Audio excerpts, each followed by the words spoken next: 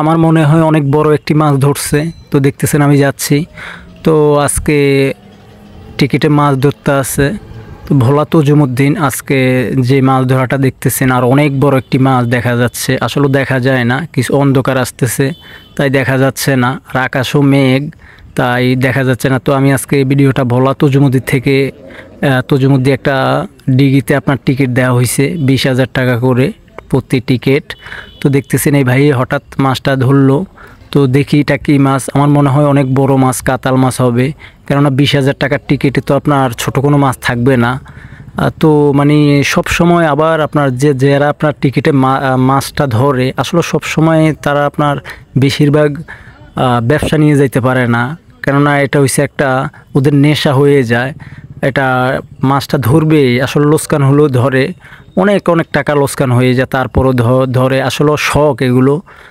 অনেক মেডিসিন খায়। তো দেখতেছেন অনেক বড় একটি মাছ দেখা যাচ্ছে।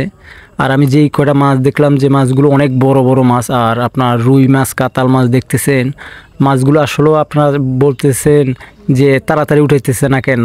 আসলে ভাই একটা টিকিটের মাছ ধরলে ওই মাছটা আপনার তাড়াতাড়ি আনতে গেলে হঠাৎ ছুটে গেলে তো ভাই আর এই মাছটা পাবে না। তাই মাছটা আস্তে আস্তে চেষ্টা করতেছে আনতে, কেননা তাড়াতাড়ি করতে গেলে যদি ছুটে যায় তো মানে খুব খারাপ লাগবে। তো দেখতেছেন অনেক বড় একটি রুই মাছ, 2.5 কেজির ওভার মাছটা।